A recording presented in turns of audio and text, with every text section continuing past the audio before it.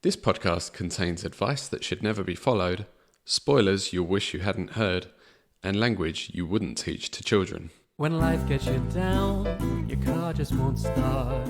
Agony art. It's time for agony art. If you've reached a dead end, you're not sure what to do. Agony art. Well, agony art is for you. At times life is grand, you've got the world in your hands. Then somehow you drop that ball. Instead of watching it fall, give agony art a call.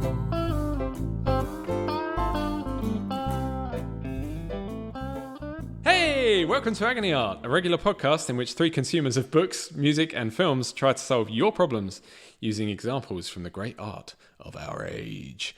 Or, more likely, just leave you with a fun reading, listening and watching list to enjoy in your spare time. My name is Aaron. I'm an author and a very slow-reading poison.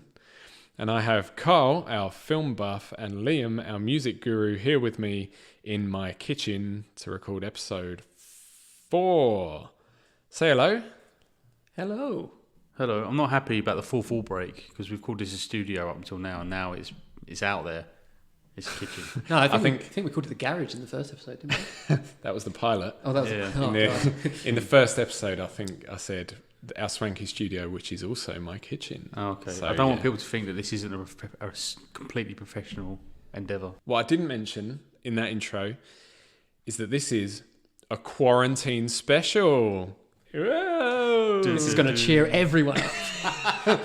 So I don't know when we'll put this on the podcast stores, but you might remember a few months ago or last year or possibly yesterday, we were all locked down for a while for a virus, a pandemic, and it caused a lot of problems for a lot of people, a lot of very serious problems. We're going to deal with some very trivial problems today.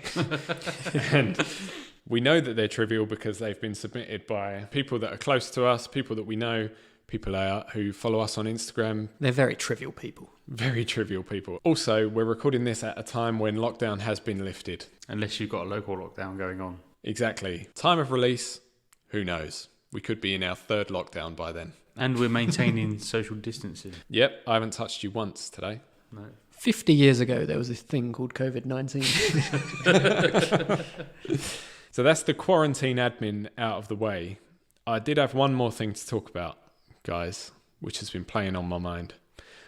My wife has been listening to the previous episodes as I've been editing them, and she thinks that after each problem, we should be committing ourselves to a particular piece of advice which we think is the best piece of advice.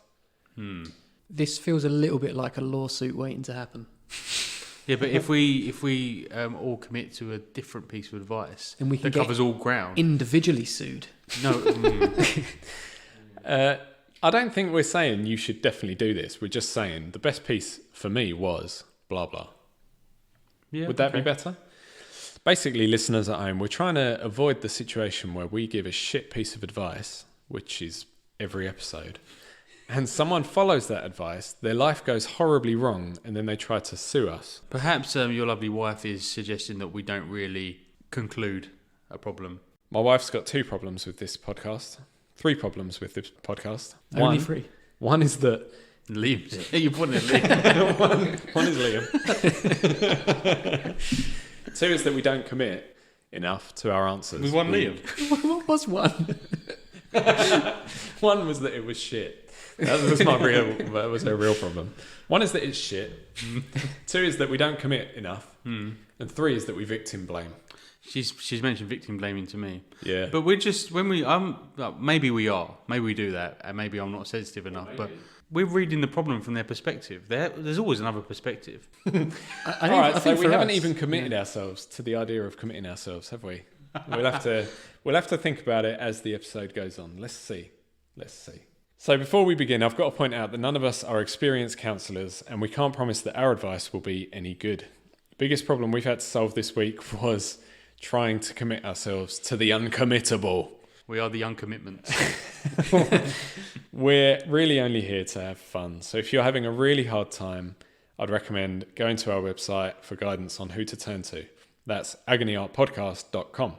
So now we've got that out of the way, here's the first problem of today's episode. Quarantine special. Dun, dun, dun. Yeah, we need a jingle for that, Liam. Get on the case. I think doing like a klaxon, like mwah, mwah, mwah, a siren type thing. Can everybody please get back to their homes? This is quarantine. We could just use that. There you go. We don't need a jingle anymore. Problem 1. While we were quarantined, I realised that I don't actually like my life. I was happier stuck indoors than I ever am going out and living my normal routine. What am I supposed to do now? Hashtag extremely trivial problems. I think what they mean by I don't actually like my life is, when you sit at home and you realise, wait a minute, I'm happier playing Fall Guys in my house Who isn't? than going out and seeing my friends. Who hates their life? Brian. In Life of Brian. Does he hate his life? He does, because he's followed around by people who think he's the Messiah all the time. And he's not the Messiah. I don't know. It's not like a He's a very naughty character-defining boy. trait that he hates his life, is it? No, but we've gone with it now. It's All Brian. right, so fair enough, Brian. I come across a film called Life of Ryan, which is about Ryan Giggs' career change. Yeah. When he became the Messiah. Did it go well, his career change? I didn't delve any deeper. Oh, that's a shame. So there was one song that immediately sprang to mind. I'm going to take first dibs. Don't. Go for it. Yeah. There was the phrase in the question. It was, I've realised that I hate my life. Does anyone remember in 2008 there was by a band called Theory of a Dead Man called I Hate My Life? No. What, was this a big song then? It was fairly big. It was in the charts. I don't know exactly where it charted. Anyway, I'm not going to recommend it. No offence to Theory of a Dead Man. It's not the best song ever written. It's basically, most of the song is a big long explanation about why the singer hates his life. There's some highlights that I'll include here. I hate how my wife is always up my ass. Just ask her to stop. How come I never get laid is another line, which seems to contradict that first line, really, doesn't it? Maybe he's got different expectations. Maybe we were taking the first line too literally. And I hate that I can't tell when a girl's underage. Fucking hell.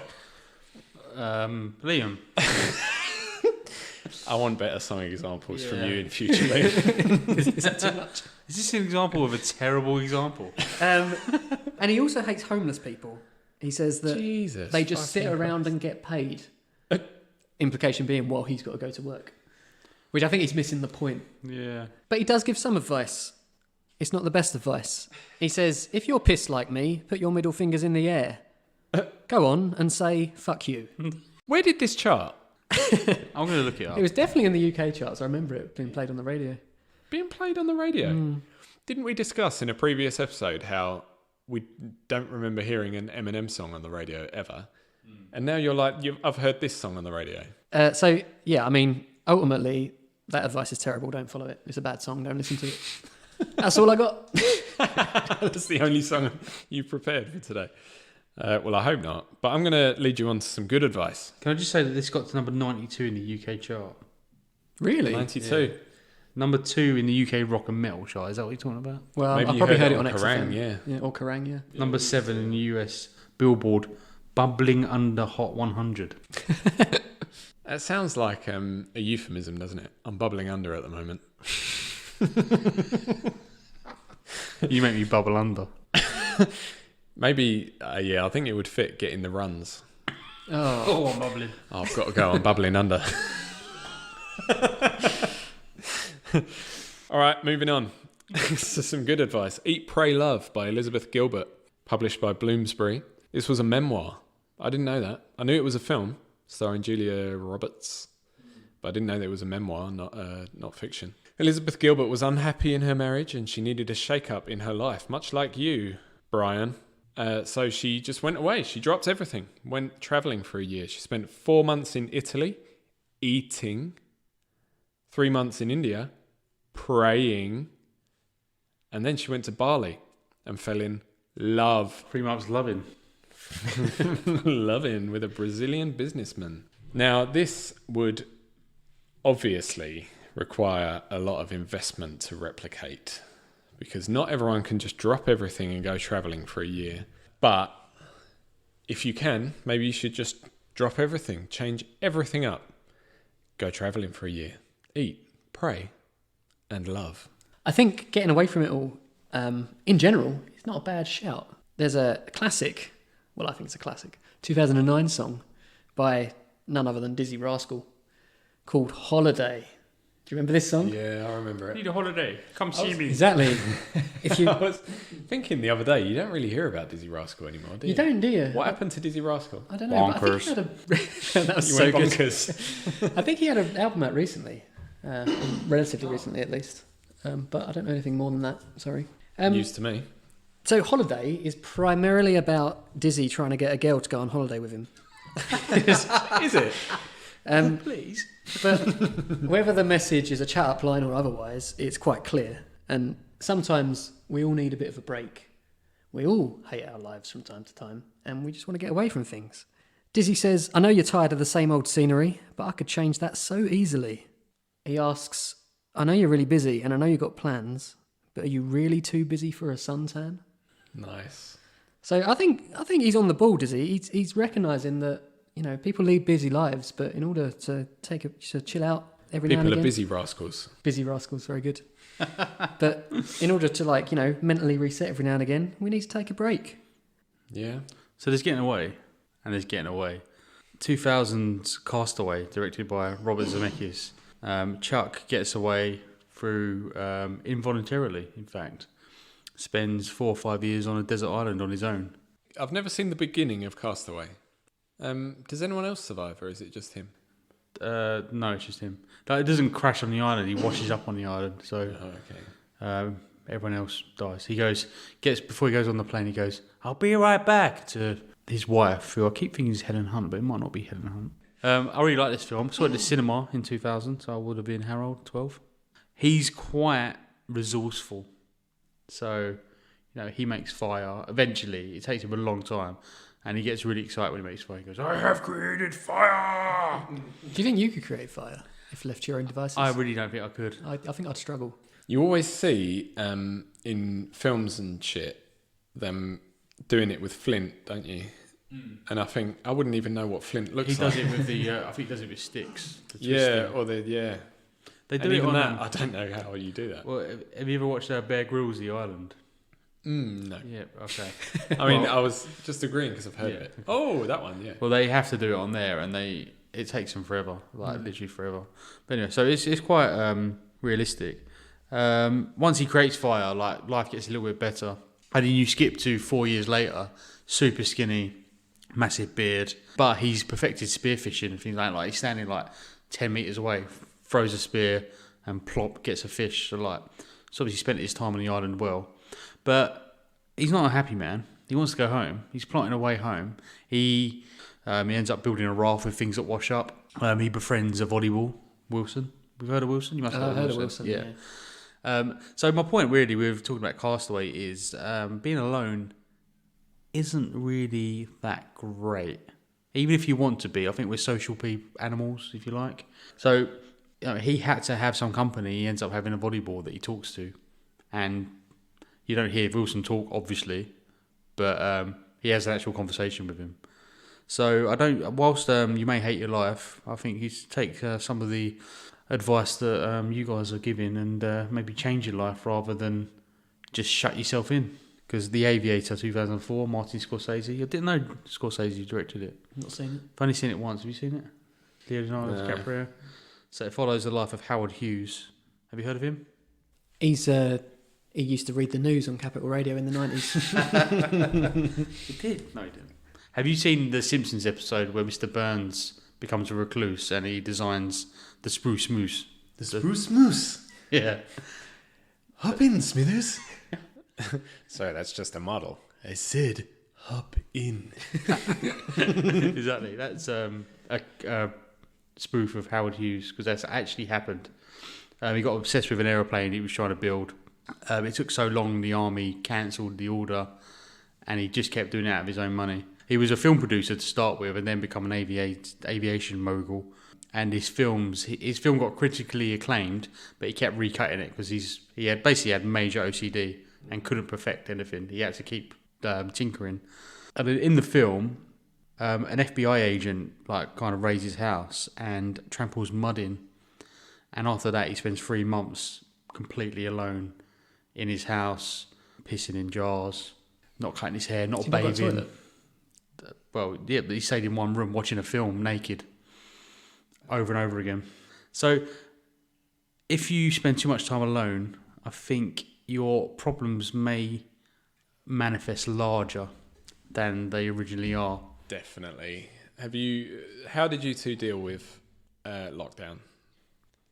It was actually quite a big change for me. Well, I mean, it was a change for everyone, right? But I was working from home quite a lot, which I'd done. No, it was just a change for you, Liam. Liam's life got disrupted. I was working from home quite a lot, which I've done occasionally, but never to the extent that we've had to do it recently. And before lockdown, I thought I liked working from home. Now I've realised I don't really. But one of the things I found, I don't want to get too serious, one of the things I found was taking a holiday, even if you don't go anywhere, really helped with just like relaxing a bit. So it was just felt like there was a lot of stuff going on, a lot of stress, especially in that kind of first few months. And just taking a week off to just sit around and not think about work, I thought was really, really helpful. Yeah, I think your mind goes into holiday mode, doesn't it? And you give yourself an excuse not to think about the things that stress you out. Yeah, like I've got a work iPhone, and even evenings before I go to bed, I'll put it on the side, like by the front door. I might press the button to see if there's emails, and I hate doing it, but I just can't not do it sometimes. And when I'm on holiday, I'm like, I'm not touching it because I'm on holiday. Don't matter if what goes wrong, I'm on holiday. Someone else can deal with it. But so yeah, I agree with you. But I don't think you should be taking a holiday, Liam, seeing as you're you're creating a vaccine. How do you cope with it, Aaron? Well, no, that's what made me think of it. You saying staying indoors all the time will exacerbate your problems. And I think that's absolutely what happened for a lot of people. I have anxiety issues and they got so much worse during lockdown. And it is because you're indoors all the time. The walls start to close in. Even going for walks every day, like getting out of the house, doesn't really help because you're still going back to that an hour later or whatever. So I think a lot of people did have a lot of problems, and Brian's problems might have been made worse by the fact that, yeah, you're sitting indoors now and you're thinking, actually, I prefer this to going out. But maybe when you're allowed to go out again, you'll think, actually, this is a relief. I didn't want to be stuck indoors all the time. Because your life isn't changing just because you're staying indoors. Your life's kind of suspended for a time. There's some benefits to it as well, like spending a lot more time with family, for instance. Yeah. I cut out, I think, at least 2, sometimes 3 to 4 hours of commuting from my working day, and just sitting around with my wife is pretty fun sometimes. Turns out. Yeah. Turns out you like your wife. Turns out. First 3 weeks, or first 11 weeks, where nurseries weren't open, my wife and I were just trying to work full time and look after the little one. And that was really stressful, but I spent 11 weeks every day with little boy, which I wouldn't have otherwise. But I got fond memories of that. I remember having fun more than the stress of work, because that's just fleeting, really, isn't it? So. And your son knows your name now. Yeah, I finally admitted I've got a son, and I'm paying my way. Now that Jeremy Kyle's got the test results back for you. Thank you, Graham. Okay, well, to get it back onto the course of the podcast, Brian, you say you don't like your life, Are you and you've realised that. Is this commitment? No. Oh. We're not at the end of the problem yet. Oh, okay. If you could go back in time and change your life, Brian, such that you didn't end up hating it today, would you do so? Would you know what you need to change and how? And if so, why don't you change those things now? It's never too late. What if you went back, you changed everything you could, but the ending always remained the same? In Replay by Ken Grimwood, published by Orion. I've read that. Have you? Sorry, I got really excited. Have you read it, Aaron? I haven't. I'll lend it to you. It's quite a good book. Yeah. Jeff Winston dies of a heart attack. You can correct me on any of these details then, Liam, that I get wrong. Jeff Winston dies of a heart attack in 1988. And after dying, he awakens in 1963 as his 18-year-old self. And then he relives his life with intact memories of the next 25 years, but he still dies again of a heart attack in 1988. That time, he wakes again in 1963, but several hours later than the first time he woke up. And this happens again and again with slightly different events in each cycle. And he lives like 25 odd years every time.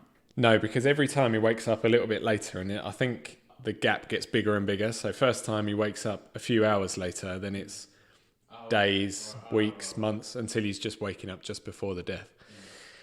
But the point is, he soon realizes that he can't prevent the death bit, but he can change the events that occur before it. And I think he even meets someone who's having the same problem. She's dying and waking up a few years earlier. And She, the reason he finds out about her is because she's down as like the director of Star Wars or something. And he's like, hang on, that's not right. oh yeah, okay, yeah. So I think that's one of the things I would do. If I could travel back in time, I would steal someone else's idea. Yeah, there's what film, Hot Tub Time Machine do that.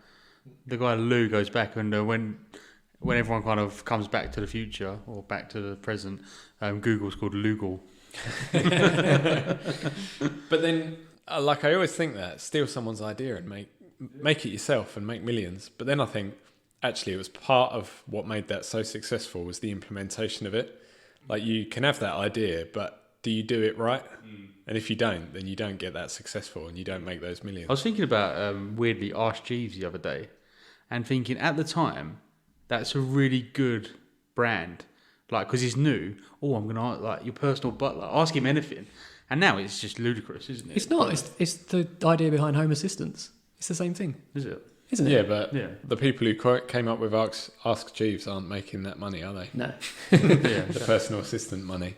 I like the idea of a film or story or book where someone invents a time machine or comes across one, goes back to the wrong period, like Salem witch trials times, trying to invent a mobile phone and just gets burnt at the stake immediately. I often say that It's to probably my been wife. done before. If you went back in time with this in your hand, you'd just be killed. Yeah. They'd think you were all rich. So the reason I read Replay, I think, is because I'd heard that it was part of the inspiration for Groundhog Day. Did you find that factoid anywhere? Was it written before Groundhog Day then? Yeah, it was written in like 70s, I think. I think it says it on the Wikipedia page that it was the It must inspiration be, for 'cause Groundhog Day Groundhog is so Day. similar. Oh, it's just a day, isn't it? But he tries to kill himself, but still wakes up like multiple times. Yeah. And but the conclusion to that is changing his life, becoming unsarcastic, kind and caring, and falling in love with someone makes him break the cycle. So, what breaks the cycle for this guy? Does he still die at the end? I can't remember how. I don't think he does break the cycle, according to the Wikipedia page. It's just about accepting. I think it's inevitability. one of those like open endings where they're like, well, maybe it will be broken this time, and then it just ends. Yeah, I think there's an epilogue where someone else wakes up in 1988, I think, who has just died 25 years later. So it's someone else who's having the problem. And basically, yeah, the open ending is this happens to loads of people. Maybe you'll wake up, Carl, recording this podcast and think, Didn't do this. yeah, this eventually leads to my death. I can recommend because there would be no other good time to bring up Edge of Tomorrow, Tom Cruise film. What a great film! Have you seen it? Was that a good So noise or a good, bad yeah. noise? So good. It is amazing. Because I went into it thinking this looks shit. And then it was amazing. Yeah, watch it, Liam. It's good. Tom Cruise dies in a multitude of ways, and it's really good. So it feels like we haven't got much more advice for Brian. Is that what's going on here? I've forgotten your problem, We've Brian. We've gone off on so many tangents. I've forgotten that why it we feels called him Brian. Life of Brian. Life of Brian. Ryan Giggs. Yeah. Ryan Giggs. So in conclusion, I think, does anyone want to commit themselves to a bit of advice? I think your advice, Aaron, is identify what you don't like about your life and change that rather than become a recluse. And the Howard Hughes is the best thing to do, in my opinion, which isn't professional. Yeah, I think so as well. I think there are probably still bits of your old life, pre-lockdown life, that you liked.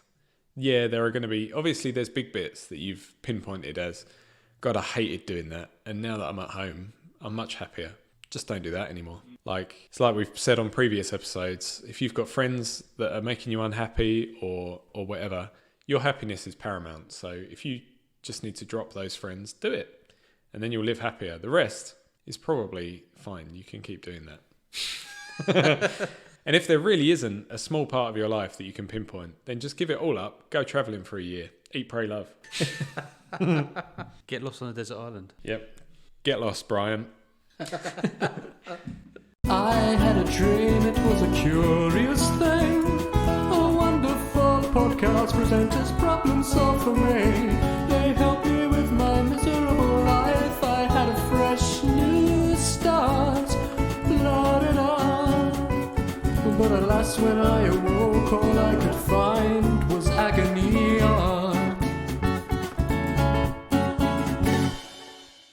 Problem 2. A few months ago, we were put into lockdown, and I was stuck indoors with people I hardly knew. Most of them small children.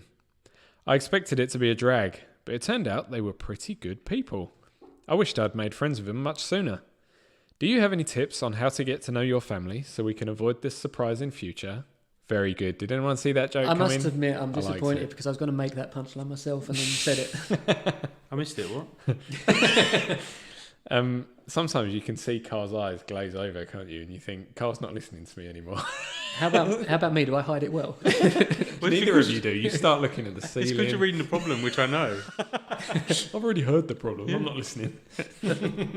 Do I have to listen back to hear the joke then? No, it's fine. Yeah, you're going to have to listen to the episode now. That will count for one of our downloads on the podcast apps. So, who wants to start? I'm happy to start. It turns out this is quite a common theme in film, usually involving Arnold Schwarzenegger, actually. So I've got 2 films. I've got a nice little graph on my notepad because there are some amazing similarities between these 2 films that are very different. Go for it. So, True Lies, 1994, directed by James Cameron. Have you seen it at all? No. There's a helicopter in it near the end. Like a jump jet, like a fighter Yeah, plane. it's not a helicopter. No. Yeah. I do remember that bit. I There don't might be a remember the rest of helicopter in it, maybe. And they blow up the Tree of Life. Yeah. And all the blue people run away. That's all the Smurfs die. And Jingle All the Way, 1996, directed by Brian Levant. Must have seen that. I've never seen Jingle All the Way. it. Is that the one with the girl from Matilda?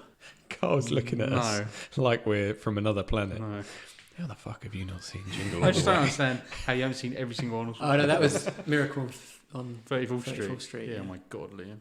So the opening premise is very similar. In True Lies, Arnie is Harry Tasker. He's a boring computer salesman, and he's always away on business trips, which is what his family think. But in real life, he works for the Omega Sector as a spy, and he's always away on spy ship. Spy shit. But and he loves his family. He's doing his job for his family, like most of us do.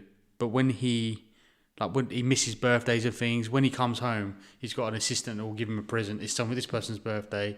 He'll give him like a souvenir from where he's meant to have been and stuff. So he's missing out on the family part of the life. In Jingled Away, Howard Langston is a workaholic mattress salesman, and he's viewed as a bad parent. His neighbour, but he's in love with his wife, and like he sees him coming in late, missing birthdays and things like that as well, missing bedtime. Now back to True Lies. Harry suspects that his wife Helen, Jamie Lee Curtis, is having an affair, so he bugs her like handbag, and he bugs the house and things like that, and he finds out that she's kind of flirting with a guy who's Bill Paxton. Funny enough, Jamie Lee Curtis is looking for some excitement in her life, and Bill Paxton is posing as a spy, but he's not really a spy, he's just a car salesman. So Arnold Schwarzenegger and Tom Arnold, who's also a spy, kidnapped Brian Paxton, and they decide to give... Jamie Lee Curtis hasn't actually done anything wrong, so they decide to give her a bit of excitement and give her a mission, pretending that she's going to be a spy as well. Hilarity ensues. They end up kidnapped by Crimson Jihad, and and then they both have to get out of this situation and save America from a nuclear bomb. So in True Lies, it concludes with them saving the country and the world, and that makes Harry Tasker realise what he's got. In Jingle All the Way, the whole premise is he's got to to make amends with his son. He wants to buy him a Turbo Man, which is the toy of the year. Oh, I have seen this. Yeah. And he says, I'm going to do that for you. Well, he didn't say that because that would ruin Christmas. But he decides that he's going to do that. He leaves it 2 weeks too late to Christmas Eve when the toy of the year is obviously sold out. So it's all about him trying to get his hands on one of these toys. He doesn't manage to do it, but he ends up dressing up as Turbo Man because he's mistaken for an actor that's playing him. and he's got a real jetpack, and the other dad that wants to buy a Turbo Man that he's competing with ends up a supervillain called a Dementor, and then they fight in public at a parade, which his son sees, and he's like, I don't need one now, I've got a real life hero. Ah. Nice. So basically, my point is... Completely lost. Do you know? Do you know what the point is? I do. Well, I feel like the point for the first one was bug your house, Yeah, and it's... Yeah. and you'll find out what your wife likes. That is a good point. But the actual point is, if you don't get to know your family during your everyday life, you've got to go to extraordinary lengths to appreciate them, like these two films demonstrate. But great story true, to yeah. tell your grandkids. Yeah, Also, Hook, 1991, same deal. You've all seen it. but with Dustin Hoffman Yes. instead of Arnold Schwarzenegger. Yes. Don't try and stop me, Shmee. Shmee. What are you doing, Shmee? Stop me. That's a good film. It's a great film. Well, what you said just then, true, Carl. True Lies. True Carl. True lies. True Carls. Carl. I also Was love true. the title. I love the title True Lies. I don't understand it. But I like it. Isn't it because it's initially a lie, but then in the end it turns out to be sort of true? What's the Liam's lie? just deciphered it for you. I mean, I don't know the plot well enough, but from what you just said, it sounds like it was he initially lied about being a spy, and then in the end he sort of did become a spy. He was a spy all the whole time. He was a spy the whole time. What was the lie then? There's no lie, really. Did his Well, neighbour... there's lies. He's lying about being a spy. Let's move on. What you said just then was true, Carl. True Lies. Sometimes you wait too long to get to know your family, and then by the time you want to, it's only because something bad has happened.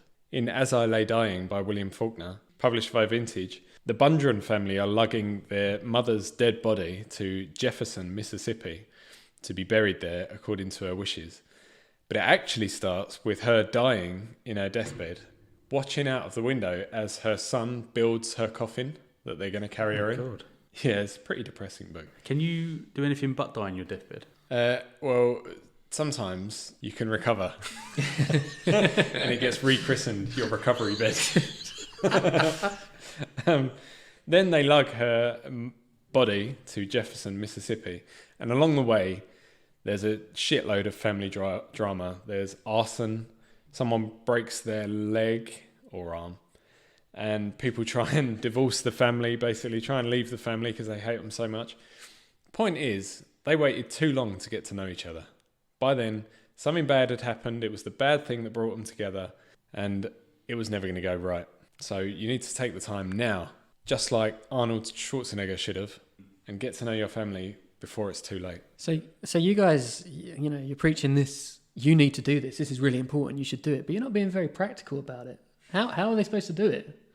Well, one thing they could do is Tell us, Liam. is sit down and have a little heart-to-heart.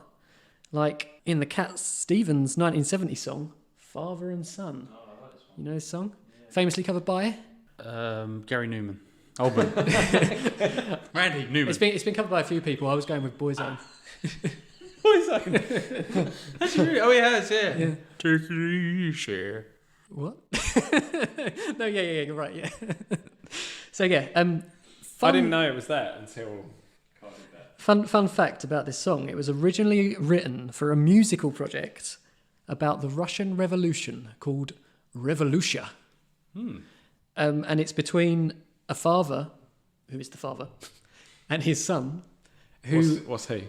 He's the son. Okay. And his son wants to join the Russian Revolution, and his father's saying, it's not time to make a change.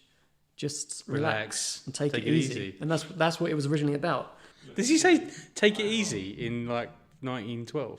Well, I mean, those were the final lyrics. Chill your beans, bitch. Chill out, man.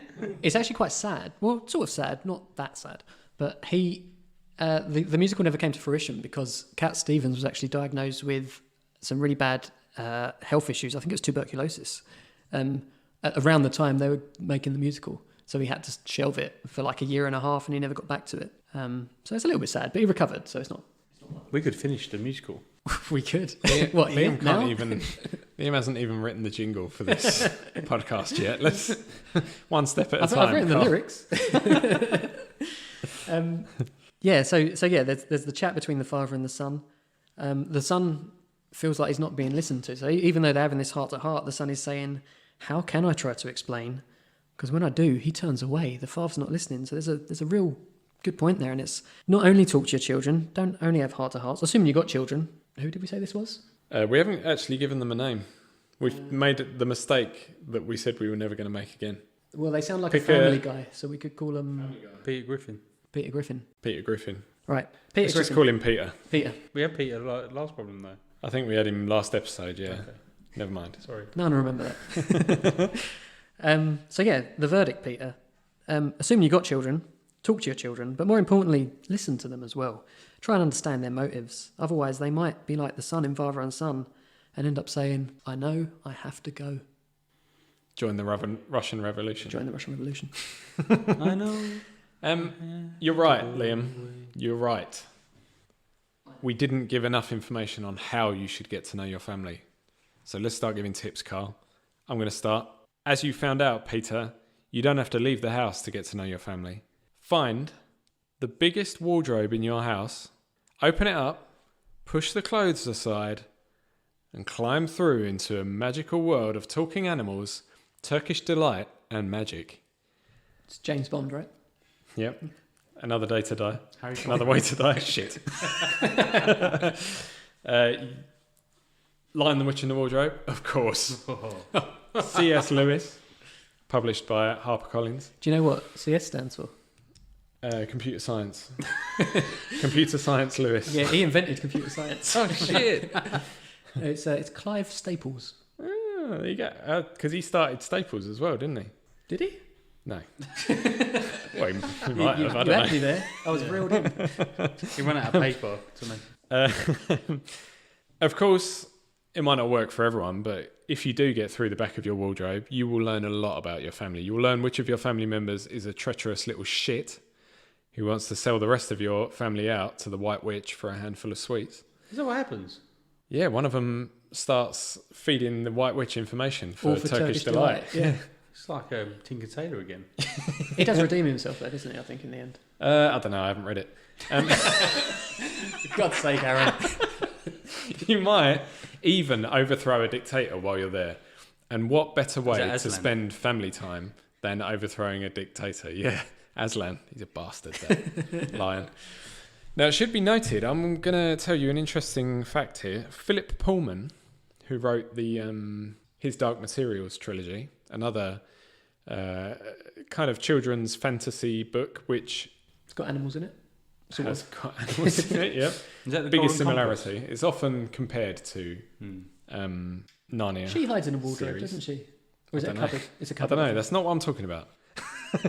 Philip Pullman doesn't approve of the Narnia series.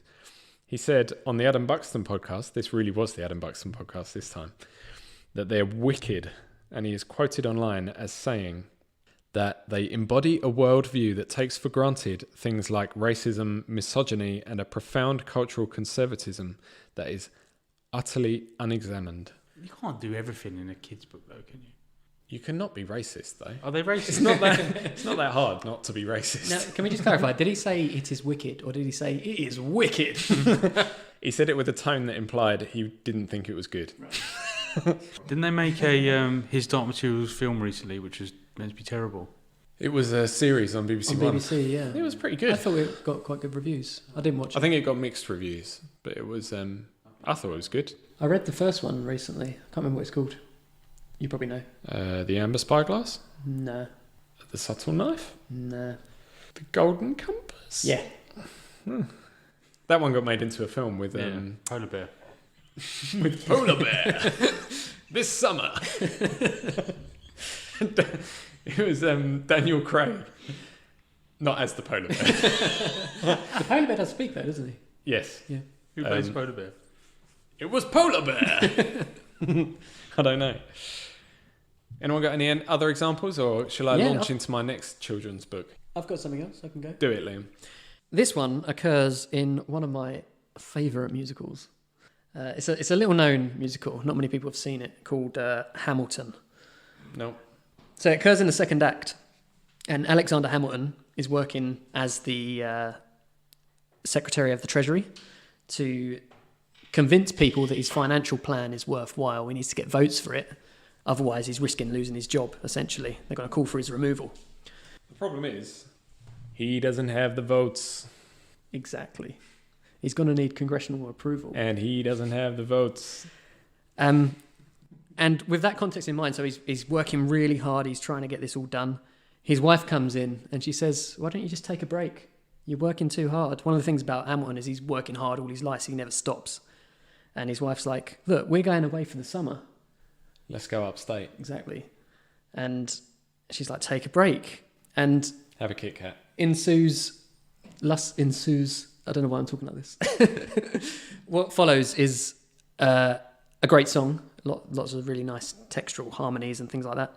And at the end of it, he ultimately says, look, I need to get this plan through Congress. I'm going to lose my job if I don't. I can't come. But I don't have the votes. Exactly. You know what happens when he doesn't spend some time with his family? The Reynolds pamphlet. Exactly. And this is the point. If you don't take the time to spend a few weeks with your family, whenever you can, you're going to end up sleeping with someone. Someone else's wife. And having to write a 95-page pamphlet and publish it to the world explaining exactly why you did it. There's only two choices when you've got downtime. Spend time with your family or sleep with someone else's wife and nearly get exposed. If you were publishing a pamphlet, I mean, this is a big if, right? But if you were publishing a pamphlet about why you had an affair, do you think it would be 95 pages long? It's not a pamphlet by that point, surely. No. Short story. Would you... I'm guessing they didn't have any social media at this point in time. The Facebook was 2 years away from being implemented. The old Facebook. This would have been the turn of the 19th century, so I'm guessing not. Like, he is spreading... Like, there'll be rumour going around, wouldn't there, in this time? Rumour. Hamilton's done this, Hamilton's done that. And he's like, yeah, I did it. And here's all the details. Like, he did this. It seems egotistical to me. Well, so the reason he did it is because there was a lot, as you say, a lot of rumour that the reason he was giving money to this guy wasn't to keep him quiet about sleeping with his wife, but it was because he was embezzling funds from America's So it's better treasury. to be a miscreant than So a he's like, fraudster yeah, he was like, look, corrupt. I'm not, this isn't treason. This is just me being an adulterer. Fair enough. I think that's the best way to get ahead of things like that anyway. Yeah. If you're involved in a scandal, as the person who's done some wrong, if you just come out and say, yeah, I've done wrong, this is exactly what I've done, have a look at it, no one can expose you because you've already exposed yourself. That's true. Yeah. So I would do that as well. Yeah. Publish a 95-page pamphlet. I'd draw diagrams as well. It's called the Kama Sutra. So the lesson there was go away for the summer with your family. It was when they ask you if you want to take a break, just say yes. Yeah. What if they never asked? Well, I was thinking that, but then yesterday while I was writing up my podcast notes, my wife came in and said to me, take a break. And I was like, I'd be a hypocrite if I didn't. So I did. What did you do on your break? We sang songs from musicals. a brief glimpse into my life there. Your life is a musical, Liam. Good. Yeah. Well, Peter, if you were a clairvoyant rabbit, you could have not only used your psychic abilities to get to know your loved ones a bit better, but you maybe could have avoided this whole situation altogether.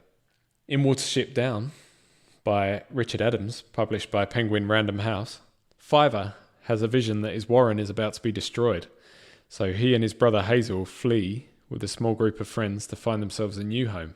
And, just like other examples we've given, this starts another big adventure with his family, complete with rabbit snares, hungry farmers, magical rabbit spirits. And if there's one thing, as we've all learned, that helps a family get to know each other, it's a dangerous adventure. Absolutely. I only know one thing about Watership Down. I've never read the book and I've never seen the film, but I have seen a clip from the film when two of the rabbits go up to this, I think it's a seagull or something, and they say, please let us help you. And then the seagull goes, piss off! So if you get a chance, Google that, because that's a great clip. The cartoon's meant to be terrifying, isn't it? Because the rabbits just go like rabid, don't they? Yeah. I've never seen it. I've never read it. This is the, 14th time I've mentioned a book that I haven't read. I think we're going to get someone else in. Yeah. You should get some people in who have read books. Has anyone got a wrap-up point? It sounds like we're coming to the end of problems. Yeah. No, I went all out on my Arnie stuff. Yeah? I can do an Arnie impression. Do an Arnie impression. So in Do True it. Lies, his daughter's called Dana, and when he wants to say, he goes, That's good. I thought he was in the room. Yes. Did you? Massively. that was This actually is a my good impression. this is my Arnie impression. It's not a tumour. Name the film, Liam. Kindergarten Cop. Yeah, perfect. I've not seen it. I have actually got a wrap-up point. I thought of a musical point which you didn't mention, Liam, and which I forgot to mention to you. Paul Smith from Maximo Park has a lot of trouble getting to know someone in his life, as evidenced from 2 Maximo Park songs. Postcard of a Painting. You are just another thing I've yet to fathom. Hips and Lips. You're a puzzle to me, and you always will be. So not only is she a puzzle, she always will be. He's not going to bother to get to know her. How long have you been practicing your impression? You can't sing along with Maximo Park without doing Paul Smith's voice. Maximo Park are amazing, by the way. That's my wrap-up point. Listen to Maximo Park with your family. You'll all be happy. Problems. We all got 'em. Problems. We all got 'em. Problems. We all got 'em. So let's try and solve some problems. Problem 3. I enjoyed being quarantined for all that COVID drama. It was like someone had hit the reset button on my life. I came out of it with a new energy and a fresh grip on what was important and what wasn't. My parents didn't feel that way though. They phoned me almost every day to tell me the world was going down the pan, and they wouldn't listen when I told them to look on the bright side. Even now, they're acting like someone left a poo on their doorstep. Please can you share your uplifting examples of people emerging from bad situations and rebuilding their lives so that I can show them they don't have to be miserable forever. So I don't think we should be encouraging this, but I'm pretty sure that there is a website, isn't there, where you can send people poo through the mail. Are you saying that's the... I'm just wondering if that's Is what's that- happened. I thought that was your advice. I like the ones where there's a website where you can send someone a brick, and websites that send like exploding glitter things, I think. That would annoy me so I'd love much. that. Please never do that. I would love doing that to someone. I'm going to do it to Liam. We're going to do it to Liam for his birthday. Everyone do it. Everyone. We need to think of a name for this person we forgot last time. Yep. So Liam, you're the naming guy. Wait, is it my turn? It's always been your turn. Oh yeah. I was going to say Morpheus. He wants to Done. show them a new life. Morpheus. So do you, Liam. What are you going to go with? I didn't have one, so I'm happy. What say you, Morpheus? It's a very aggressive car. Fuck off, Liam. Fuck off, Liam. Who wants to start? I can start because I've got just a very, very simple thing you could tell them. You could tell them to always look on the bright side of life. You're better than me, Carl. Credit where it's due. This wasn't my idea. Aaron came up with this one, but I did do a little bit of research. So I've never heard it. I'm not completely useless. Please. Yeah, 1989 is the year it came out. You both know what film it's from, I assume. We were talking about it earlier, actually, weren't we? Or were we? Was that last week? Life of Brian, yeah. It was sometime. I don't Was it remember this when that season? was. It was in this season of Agony Art. Previously on Agony Art. Okay. What about it, Liam? Sorry, my What's the mind's message back the song's trying to tell us? So, yeah, Life of Brian. Good, well done. And the message is a pretty straightforward one, to be honest. I've taken a brief snippet. If life seems jolly rotten, there's something you've forgotten, and that's to laugh and smile and dance and sing. What a lovely sentiment. It is true. In the film, I don't know if you remember, it's sung by the main cast while they're being crucified at the end. Yeah. So, and that's quite nice in itself. Well, not for them, but, you know, it's like a message, isn't it? It could be worse. At least you're not being crucified. What about for the person being crucified? What's there to look on? I'm not sure they do that anymore. Bright side off. But that's the thing, they're singing it, and if they can sing it, then anyone can. Yeah. There's a fun fact about that song as well, morbidly fun fact. In 2005, there was a survey, and it turned out to be the third most popular song that people in Britain wanted played at their funeral. Oh, That is nice. And if you rearrange the letters of funeral, you get real fun. So How many times have you thought about that? That was quick. it's a line I always remember from 6 Feet Under. Right. what would you have at your funeral? I Hate My Life by... You can't even remember. No, I can't remember. No, that's fine. And it's probably for the best. I don't know. I don't think you should plan your funeral, do you? I think you probably should. I want to be shot out of a cannon. Because the thing is, if you don't plan your funeral, then your loved ones who are already in quite a lot of grief have to do it. Like, Yeah, but it's not your problem at that point. I mean, yeah, it depends how selfish you are, I suppose. It's like added stress for them, isn't it? Whereas if you do one of these plans where it just all gets planned up front and no one has to worry about it, they just get an invite. Right, what song you have then, if you planned it? I don't know. I've not decided, but I remember when my granddad was alive, he always used to say he wanted Spirit in the Sky played at his funeral whenever we played it at gigs. And it was actually quite sad when we came to his funeral because it obviously played and we were like, oh yeah, you used to say this all the time. Yeah. That's sad. That is the thing. Even happy songs can feel sad at a funeral, can't Yeah. they? Well, it's just going to remind you of the person. Yeah. That was quite a big aside, Carl. You better make it pay off with a good film example. I haven't got any, actually. That's what he was stalling for time, trying to think of films. Well, when I was a lad, I've told you I used to watch Star Wars every week. I also used to watch The Great Escape every week. 1963, directed by John Sturges. You had a lot of spare time when you were a kid. I know, I just pissed around really. Didn't really make the most of my time. Didn't get to know my family. And as a child, I loved this film. Have you seen it? Great Escape, Steve McQueen, No. Richard Attenborough, James Garner. Heard the theme song, though. I can't think of it.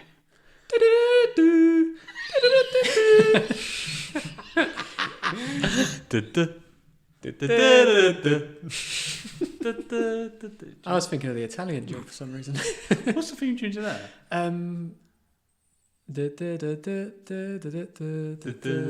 Is it? I don't even know. No, it is. You're right. Yeah. Anyway, we're not talking about that or Final Countdown. Europe, yeah. So, set in World War II, in a German Nazi prisoner of war camp. This is a brand new camp, high security.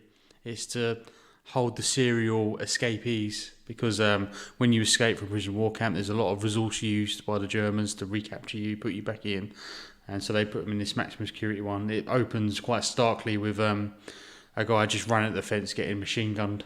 Steve McQueen is the American. He's like all witty and cheeky, and he gets in the cooler all the time because he keeps trying to escape. And they form an escape committee. So actually, it's a bit of an oversight of the Germans to put all the escape artists in one camp, I would say.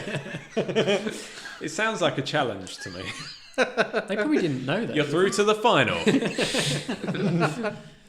So they plan for all 250 prisoners to escape en masse by tunnelling. And at worst, some might get recaptured, but they're going to employ a lot of German resource to stop them fighting the Allies and all Is that. it a true story? Yeah.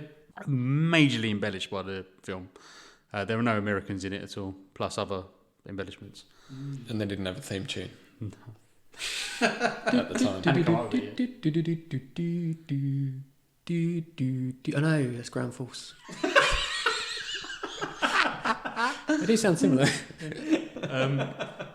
So they decide to dig 3 tunnels in case one of them gets discovered. Tom, Dick and Harry. They come up with loads of ingenious solutions, like they get rid of dirt by having long pockets in their trousers, and they put all the dirt in there and then tip it out in the yard. They get a bellows to keep air in the tunnels. They use old bits of clothes to make civilian clothing. There's a forger in the camp who makes all the documents. God, it's sussed. They sorry to interrupt, but that thing with the dirt in the pockets, that's what Andy Dufresne does in Shawshank Redemption, isn't it? Yeah, he probably watched Great Escape. He probably did. Yeah, I wouldn't be surprised if he didn't. It's very famous. I've never heard of it. But Tom Tunnel gets discovered.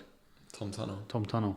So that gets filled in, and so they decide to go through Harry because no one wants to go through Dick Tunnel for some reason. This sounds like the setup for a porn film. Tom's tunnel gets filled in,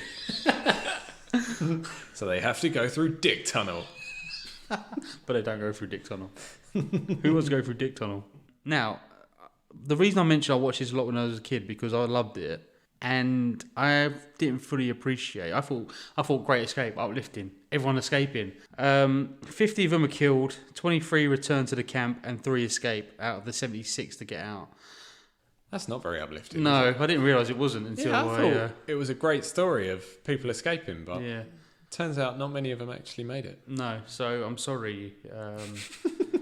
It turns out your parents are right. Yeah. The world is depressing. It is a story of British, American, Australian fortitude during the war, which is uplifting. But it doesn't end that way. I think the message there, if you wanted to take a positive message from it, was even if the odds are against you, keep trying.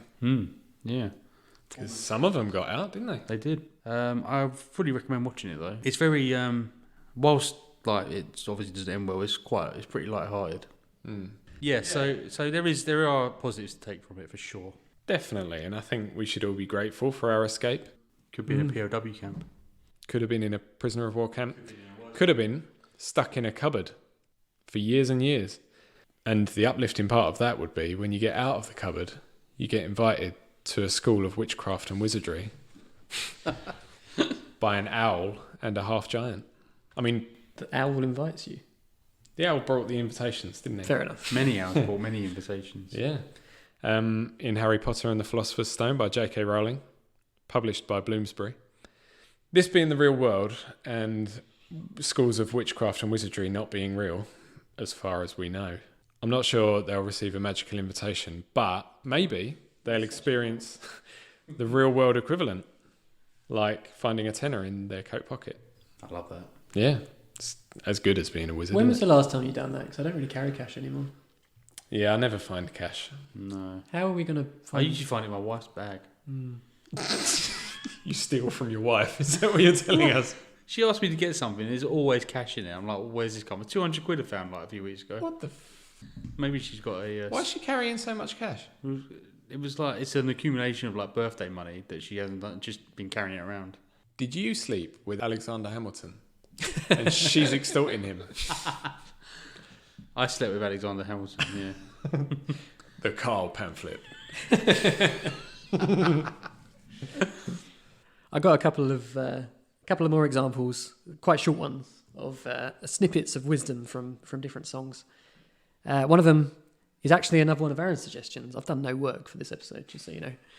Done no work, full stop. It's a 2017 Queens of the Stone Age song from their album Villains called Fortress. And there's a lyric in it that goes, "It ain't if you fall, but how you rise that says who you really are." You know, I think the point there is try not to dwell on the downs too much. You want to focus on getting back to the ups. Yeah, and someone that gets up quite a lot. Oh God, it's the sex thing again. I'll say James Brown then. Get up. Is that James Brown? Get on up. No, get on up, yeah, but not James Brown. Rocky. No, I don't think it was Rocky. I think it was James Brown. Okay. But Rocky also got up a lot off the mat. 1976, Sylvester Stallone directing. The quintessential underdog story. I think this must have invented underdog stories. Yeah? Think of one pre-Rocky. You think Rocky invented underdog stories? Yeah. I like Rocky. Do you think there came a point where they didn't need to make any more films?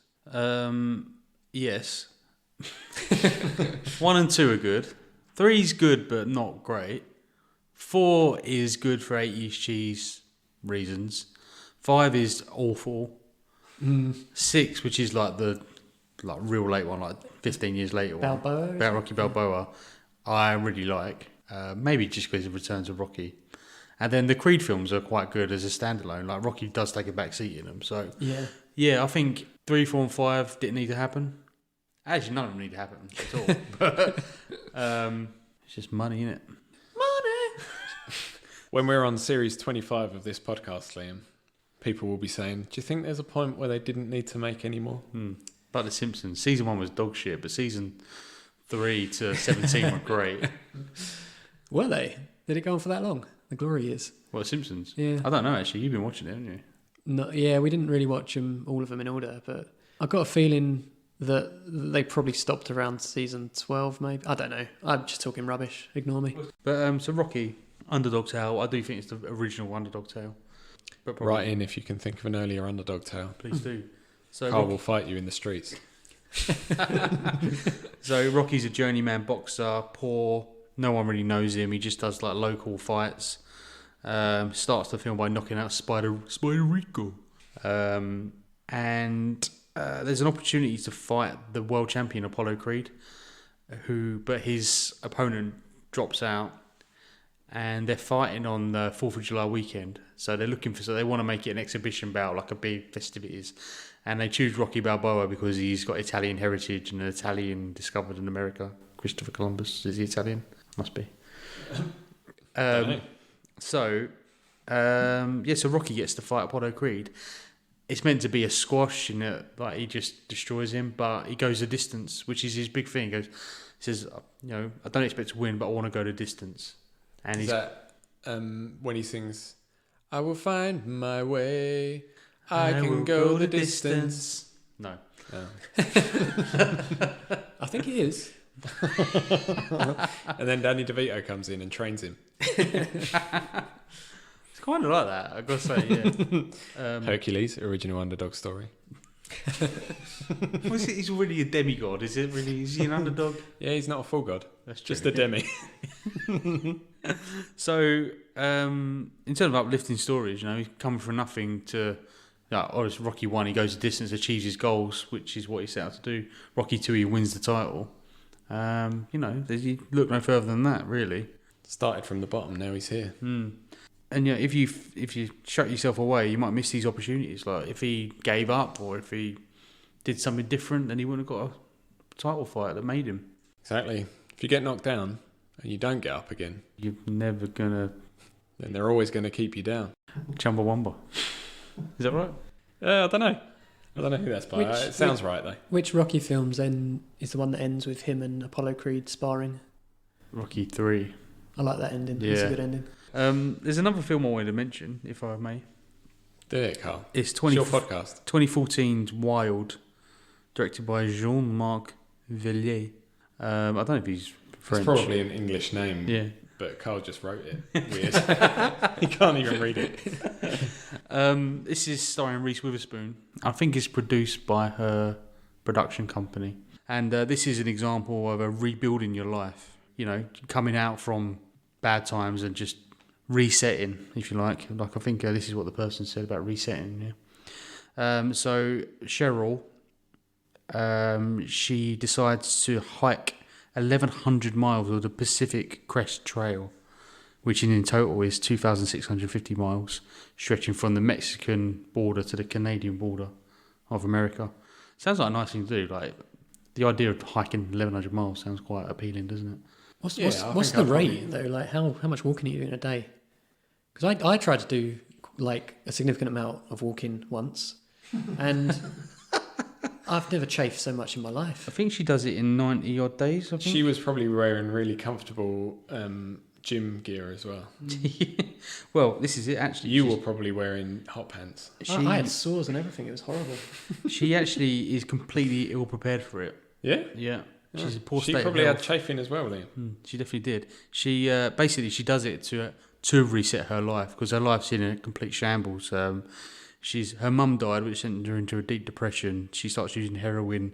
She has sex with strange men, and then gets divorced from her husband and has an abortion. So, not having a great time of it.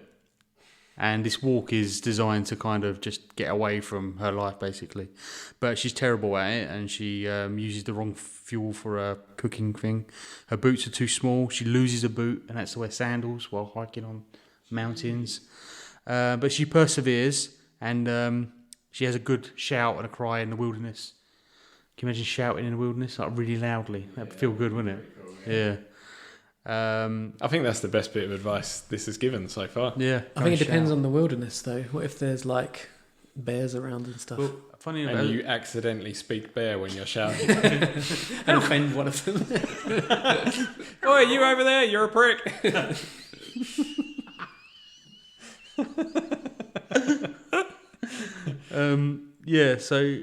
As a side note, I went to Egypt once, and we were in the desert at night, and they said, "Oh, now shout, just shout. There's no one about. Shout." And I felt really weird about Was it. this a song? Shout, shout, there's no one about. These are the things I can do without. Yeah, it seems a bit weird. So I just did it, and then in the middle of the desert, this is obviously planned. Some guy comes and tries to sell us some bracelets. So they're waiting for the shouters to come along. Did he reply to your shouts? You would go, ah! He went, £3.50. No. So she finishes her portion of the trail just through sheer determination and wanting to rebuild her life. And within 6 years of that, she's clean, gets married, has 2 children. So what's my advice? Go for a long walk and shout. Yeah. That's what Wild tells us. Does clear your head, doesn't it? Nice walk. Yeah. But and quite a nice film. Good film to watch. Well, my advice, the best advice I can give actually, and I'm going to pre-commit to this. Who are we advising?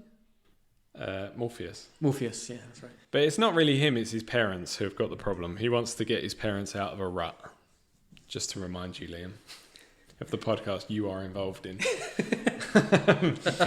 Best advice I can give is to read Factfulness by Hans Rosling, I'd love that book. published by Hodder and Stoughton. My wife loves that book too. It's great. It's another non-fiction book, and I said it would be rare for me to recommend these, but here I am. Now, the world can seem like a really dark place, and I said earlier, I've got anxiety issues. I feel like shit sometimes, and especially after I was stuck indoors for a few months, and this is probably how your parents are feeling, Morpheus, especially if they've been watching the news and worrying and just sitting there with the walls closing in.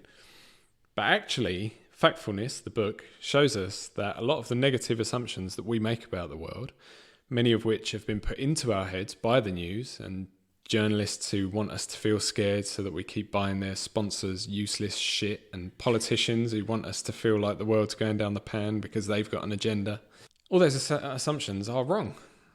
Not necessarily completely wrong, but you know, we're basing them on bad data. And if we base our opinions and our outlook on actual measurable facts, things aren't that bad at all. And here's some examples. All of the following are shown in Factfulness to be decreasing. The price of solar panels, HIV infections per million people, and the percentage of children who die before their 5th birthday. Now that one is down from 44% in 1800 to 4% in 2016. We're making so much progress. We're lucky to be alive in the time we're alive in now. And the following are all shown to be increasing. The percentage of land protected as national parks or reserves, countries with equal rights of women and men to vote, percentage of humanity living in democracy, and the percentage of adults with basic reading and writing skills. So things are getting better. He's not saying that everything's fine and we don't need to worry. He's saying things can be bad, but getting better. And the getting better bit is what we should focus on, not the fact that they're bad, because then we can drive it forward. Because when people say things are going down the pan and they give up and, you know, it's unfixable, I don't think they're making an honest and sensible assessment of the situation. I think what they're really doing is giving themselves an excuse not to try to fix things.